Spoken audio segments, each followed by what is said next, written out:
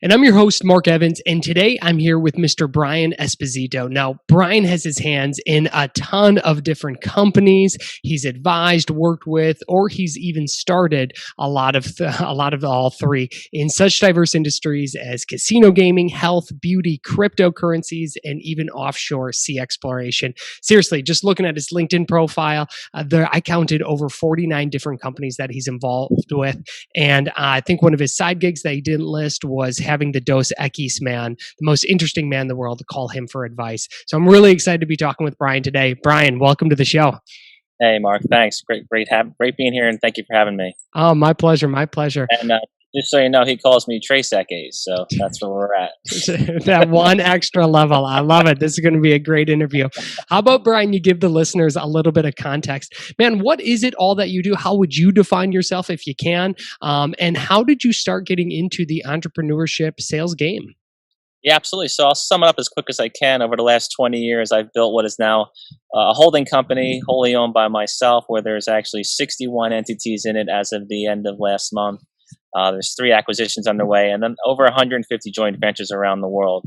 What started with me selling nail polish and shampoo as a beauty supply company in the late 90s has evolved into the craziness of my mind, seeing an opportunity, creating a company, creating a product, creating technologies, and continuing to build what is now a really exciting ecosystem where I get to do what I finally love doing, and that is working with startups up to Fortune 500 companies and taking my experience, my access to capital, investment banking, my own holdings, my partners and relationships, and then working with these entities to create new value, new revenue channels, increase profitability, and really building win-wins for everybody that's involved, including, if it's a consumer product or a service, the end user. So every step of the way, I'm always looking at what will increase and enhance the experience, and also what will add value to all the touch points along that way. I really like that. Is there a framework that you use, Brian, when you're looking at getting into either a new product line, new category, buying a new company? Is there anything that you look at specifically that our audience could really benefit from? At this point, it's my holdings are industry agnostic, so it doesn't matter what the ask or the opportunity is.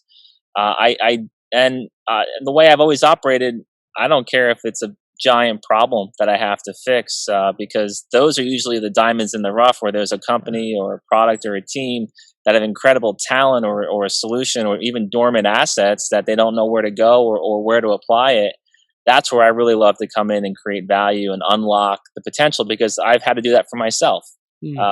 Building what I've built, I didn't have the resources and the support and the access to professionals that I do now. So I had to figure out how to keep moving and how to survive and how to keep growing. And every time I got knocked down, I had to shake it off and keep moving forward. So that's really why I find it rewarding to look at companies that I either believe in the team or I believe in what their value proposition is, and then give them the opportunity to succeed. I think I really got in love with that philosophy in the music industry, because when I got involved in that space over a decade ago, I got obsessed in finding ways to help starving artists succeed and musicians succeed. There's 90 million plus of them around the world. So in my mind, if we were to help those people succeed and create some sort of value, then you have 100 Justin Biebers, you have 100 Taylor Swifts. All that money and that ecosystem and all that IP is so valuable. So I took that concept and I applied it to business and say, okay, if I can help someone succeed as an entertainer, well, there's no different in the content, the product, or what they're creating than inside of a business environment. Yeah, that makes a lot of sense, right? Because a rising tide lifts all boats. And if you're going from I loved how you put it as the IP, right? The IP of Justin Bieber, as you put it, or Taylor Swift, that number is massive, right? And that valuation is incredible. And if there's 100 of them, how much more that tide lifts? That's a really cool way of looking at it. Now, Brian, you get exposure to a lot of different companies. You're selling companies, you're buying companies. What do you think is separating the good companies from the really great sales-driven organizations right now as we speak? I think the management team that puts ego and greed aside and invest into their business are the ones that succeed. The ones that don't take money off the top for their own personal needs I think that's a giant step forward in the right direction. Although there's a caveat: if someone likes to be extravagant with their purchases, or buy nice things, that we Yeah. all like nice things, that's also a motivator for them to go out and make more money. But I'm a big believer in that, a self-sufficient company, one that continues to invest in itself and invest in its team or its product line and services. Those are the ones that I see that really succeed, because they put their personal needs on the side and they build long-term value, where they know if they continue to build and put resources into this entity or entities, that will pay them dividends tenfold in the future. So those are the Mhm. type of opportunities and teams that I really enjoy working with. Yeah, that makes sense. Now, since this is the Inside the Sales Playbook show, and we talk a lot about sales teams, and there's a lot of sales leaders as well as entrepreneurs listening or watching this show, let's talk a little bit about what level of value do you put on, especially if you're looking at either acquiring a new company or selling a company. What level of value do you place on the sales team? The actual team, or all the processes in Yeah, place? let's also put also the process, the entire like sales vessel, if you will. Well, that's the bloodline of the business. Depending upon what the services are, I don't like a sales team that's a lot of industries are order takers. Mhm. They go in there and they just refill what needs to be done. They don't explain and educate their customer to products in the pipeline, ways to enhance the value of those products or services or whatever they may be selling. So I really love a well-educated, excited, good energy sales force that gets that doesn't just go in there and take an order, which a lot of people do, and I get why they do it, because there's only so much time in a day, and they got to hit so many different accounts as possible. But there's got to be a balance where you actually sit, nurture the client, because one good client that you educate fully, that you give all of the potential value of what you're selling to, may be worth more than 10, 20, 30, 50 that you're just going through the motions. So Yeah. I think really nurturing the relationship, and it may take years, is the type of sales force that I like to see and be part of. Yeah, that makes a lot of sense. That makes a lot of sense. Now, you mentioned that you first got started through beauty supplies and selling beauty supplies. Walk us through a little bit of your sales journey, and what were some of the elements that you learned in some of your first businesses, and how do you apply that to what you're currently doing today? Yeah, well, I'll go back to even the statement I just said. There's only so much time in the day. So in the late '90s, early 2000s, when I was driving around to salons and spas and beauty stores trying to sell the brands that we were distributors for, I couldn't make a business out of it. Even if I hired 1,000, 10,000 salespeople, to me, it just wasn't economical. Yeah. Between traffic and especially in the salon environment, if you had an appointment at 10 and the hairdresser's running late from a 9 a.m. appointment, then you just got to sit there and wait, and your whole day gets messed up. Yep. So at the time, I said, well, it's got to be a better way, like many people have said. And so what I did was I brought people to me. So good timing, great access to products. I built the first B2B and B2C beauty supply company for professionals to shop on, as well as retail consumers. I really built it for professionals, but the minute we turned it online and had the product selection up there for immediate shopping and delivery, we were getting retail customers from around the world. To me, that changed the game, because now, if a product retailed for 20, I was selling it to the salon at 10. So my margins went to the roof because I had a direct to consumer model. I had Hmm. nobody in the middle, which was again great for the margins. The website was the middle, and that's not a person taking money from your pie. Yeah. And from that, I got my itch and the need for being able to give an experience virtually to a shopper. Mm. I said, well, how am I going to take the brand, which is digital, and make it real life, as if someone was shopping in a store or shopping in a salon or some department store? So I became completely obsessed with the consumer is God, and we have to do everything possible to thank them for choosing me. I mean, at the time, I was really one of the only ones, but quickly everybody else came along, Hmm. and I knew I had to have a differentiator. And the differentiator in any sales process, I believe, is what is your way of not only connecting and engaging with your potential buyer or buyers, but how do you keep them? Hmm. Typically, it's maybe it's the relationship, and that only goes so far, because if your relationship and the products and services you're selling at some point turns into economic and you're more expensive, well, the buyer is really not at fault for choosing somebody else at a cheaper price for the same product or services.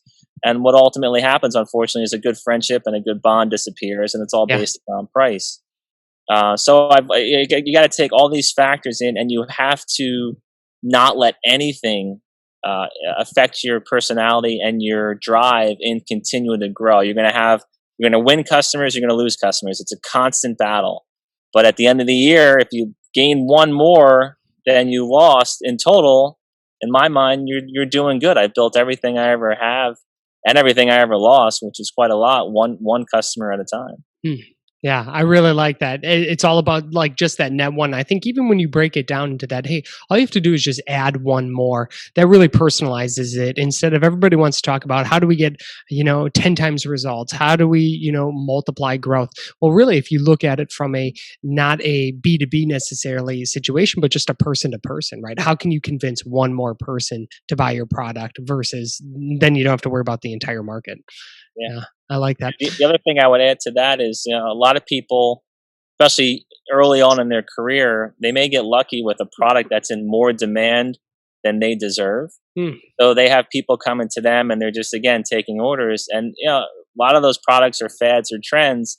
And then when they disappear, someone that should be a rock star salesperson doesn't have the right school of hard knocks and Yeah. knowing how to go out and earn that business because they Mhm. were right place, right time. They just got lucky on a product or service, and they were the rep for the area, or they were the distributor for the area.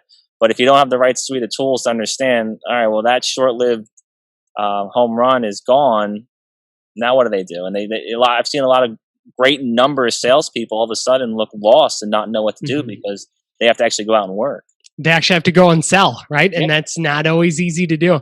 Brian, what's your advice? Because it seems like when you see an opportunity, you either create a company, you buy a company, you actively pursue what you see out in the market as what you view as an opportunity. What's your advice to an entrepreneur who may be listening or watching this show that says, hey, I've been dragging my feet on introducing a new product line or adding a new product to the portfolio, whatever that may be. What's your advice to that entrepreneur to get them to either move rapidly or make a decision like that?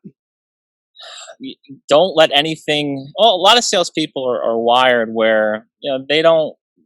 They're a little bit immune to negativity or pushback. So if you're in that space, you understand no, Yeah. and you're okay. All right, you're no, and somebody will be yes at some point. You just have to not.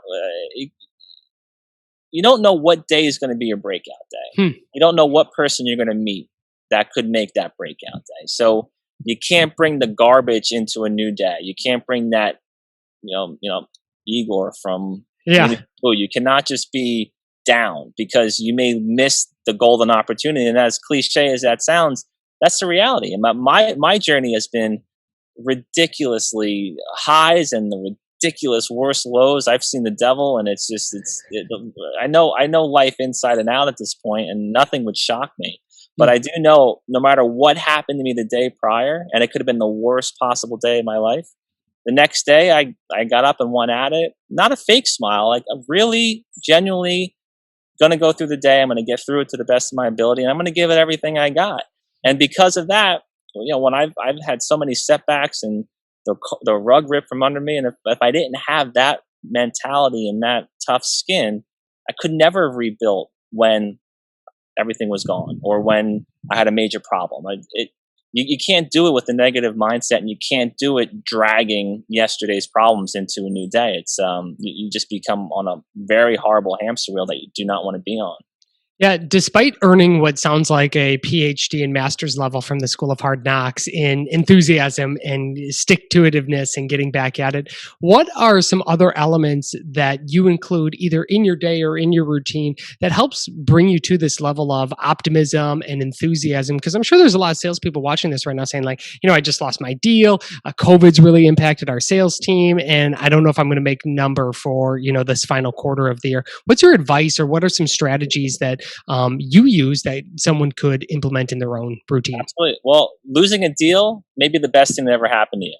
So that I know first and foremost, and you may not know it or realize it that day, but when you look back, I bet a lot of people listening say, "Well, I'm glad I didn't do a deal with that guy or that girl." Yeah. Secondly, just because you lost it, in my mind, it's in purgatory. Doesn't mean you don't nurture it. Doesn't mean you don't go back and check in with that person. You don't get mad at them if they went with somebody else. You did something right where you had their engagement. You did something right where you had a deal on the table. Now, where it went off the tracks, maybe on you, maybe on them, it may have been out of your control. But what I do know is you did something right and you were there and you had the op. So check in with them, wish them a happy birthday, say happy holidays, because there's a chance where that other entity or that other product or services, they probably went in too cheap. They probably couldn't even maintain the numbers they promised, and odds are they couldn't deliver. And you're still there being genuine and appreciative for their time, and you may flip that opportunity and may be bigger than you even anticipated. So and any no can be a yes at some point, but you do have to work it, and that's part of where you allocate time and growing your network and growing your own integrity and what you want to put out in the world and how you want to succeed. Yeah. I really like that. I think that's really, really good. I like that deals are just in purgatory. Lost deals are just in purgatory. They're not lost forever. That's really good. Brian, what's your advice for an entrepreneur or sales leader that really has to have a good, final, almost 2 months left of the year as we're recording this in November? Let's say they, maybe their business took a hit due to COVID or whatever circumstance. What's your advice to an entrepreneur who's listening to this now that they could take to really have a nice sprint here in the next 60 days or so? Yeah. Well, one of the things I love as a buyer, but hate if I was the seller, is so many salespeople go into that last corner and they put out the lowest discounts that their company or products can put out. They want to get the numbers up as high as they can for year end. The buyers know all those deals are coming. Yep. But what happens is, and I've done this with companies that I was a buyer for and very happy with my margins. I sat with product and inventory of whatever it may be that I loaded up on well into spring of the next year. Mm-hmm. So if you're the salesperson doing that, I feel now on the flip side, I feel you're doing yourself more harm. You're creating a habitual buying pattern. You're losing the consistency in moving that product or service if you just maintained fair enough pricing for you to make money, for the company to make money, and also for your buyers to be happy with, because you create a monster in your client that knows, well, I'm not going to buy in August because they're going to be back in November with end of year deal. So what are you really doing? You're again, I don't like the hamster wheel because I've been on it. As a salesperson, you need to come up with other ways to get the sale, other ways to add value. That's why I love having this ecosystem of companies where I don't have to go out and discount. I can pull from all of these companies and add value to, whether it's a B2B enterprise client or if it's a B2C. There's so many opportunities. So as a salesperson, don't think of cheapening the brand or the product or the service, because you're really cheapening yourself. You're going in there and you're discounting, and that's how you're begging for an order, and you're just taking all your clothes off. I mean, you're just sitting there naked and say, please buy from me. I'll give you a discount.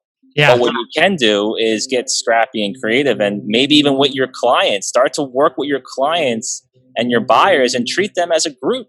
Say, this buyer, if you know your client well enough, you know the products or services in their pipeline, you know another company or products and service in your pipeline, you can be a well-needed connector and conduit to create all kinds of new value and all kinds of new products, services, or solutions for the end user.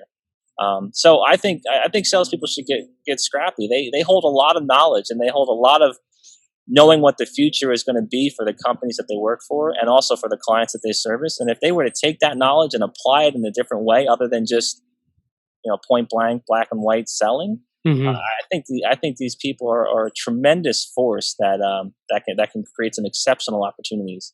Yeah, why do you think that is, Brian? Why do you think salespeople don't take that opportunity? That's almost like that whole debate between, are you a trusted advisor, right? Someone who's actively connecting people in their market, or just kind of an order taker. Why do you think salespeople even get into that mindset of, well, I'm just a lowly salesperson. There's no other value I can add to that. And how could one come, above or defeat that kind of defeatist mentality?